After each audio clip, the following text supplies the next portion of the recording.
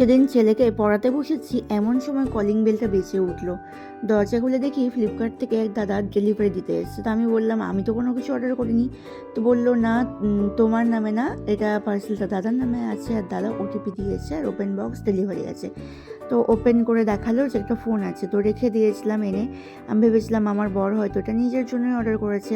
তো তারপর যখন সন্ধ্যাবেলায় ও এলো, তখন ফোনটা ওকে দিলাম। তো বললো যে এটা হচ্ছে তোমার জন্য, কারণ তোমার ফোনটা অনেক দিন হয়ে গিয়েছে, আর একই ভার্সন কতদিন ইউজ করবে, তো সেই কারণে তোমার জন্য একটা নতুন ফোন আমি অর্ডার করেছি।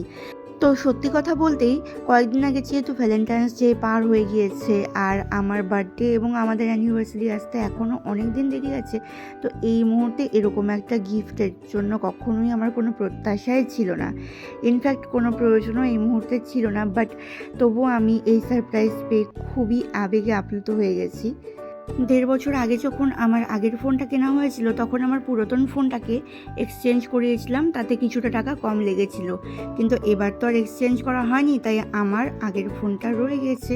তো সেই কারণে রিও এখন আগের ফোনটাকে দেখে ভাবছে যে ওই ফোনটা হয়তো আমার থাকবে, আর নতুন ফোনটা হয়তো রিওকে কিনে দেওয়া হয়েছে।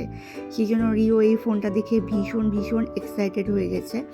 আর এরপর আমাদের ফোনটাকে অন করে নেওয়া হলো। এটা একটা ভিভোর 5G সেট আছে, বাট এটা কোন ভার্সন বা কত দাম সেটা আমি জানি না। কিন্তু আমি এটুকু জানি যে আমার বর যে ফোনটা ইউজ করে তার থেকে এটা অবশ্যই অনেক বেশি দামি এবং অনেক লেটেস্ট ভার্সন হবে, কারণ ও কখনো নিজের জন্য লেটেস্ট ভার্সনটা কেনে না। ও সবসময় আমার জন্যই হচ্ছে বেস্টটা কেনে, নিজে যাই ইউজ করুক না কেন, বাট ও সবসময় আমাকে বেস্টটাই দেওয়ার চেষ্টা করে।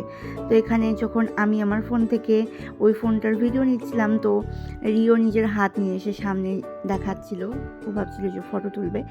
তো এইখান থেকে দেখো, ওই ফোনটা থেকে ফার্স্ট আমার রিওর একটা ফটো তোলা হলো।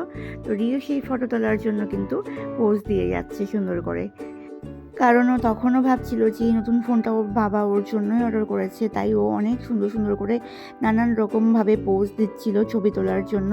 তারপর ওকে বোঝানো হলো যে তুমি এখন অনেক ছোট আছো, তাই তোমাকে এখন এই ফোনটা দেওয়া যাবে না, যখন তুমি বড় হবে তখন তুমি নিজেই চাকরি বাকরি করে একটা সুন্দর ফোন কিনতে পারবে।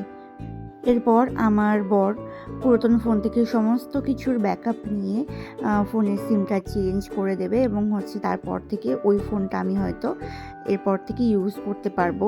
কিন্তু তবুও যখন নতুন ফোন আসে, পুরাতন ফোনটাকে কেন যেন ছাড়তেই মন চায় না, কারণ ওটা যেহেতু এতদিন থেকে ইউজ করছি, তো ওইটার প্রতি সত্যি একটা মায়া জন্মে গেছে, আর ওটা ইউজ করতে করতেই বেশি কমফোর্ট ফিল হচ্ছে। তো জানি না, নতুন ফোনটার সাথে অ্যাডজাস্ট হতে হয়তো অনেক সময় আমার লাগবে, কিন্তু তবুও আমি অনেক খুশি বরের থেকে হঠাৎ করে এরকম একটা সারপ্রাইজ পেয়ে।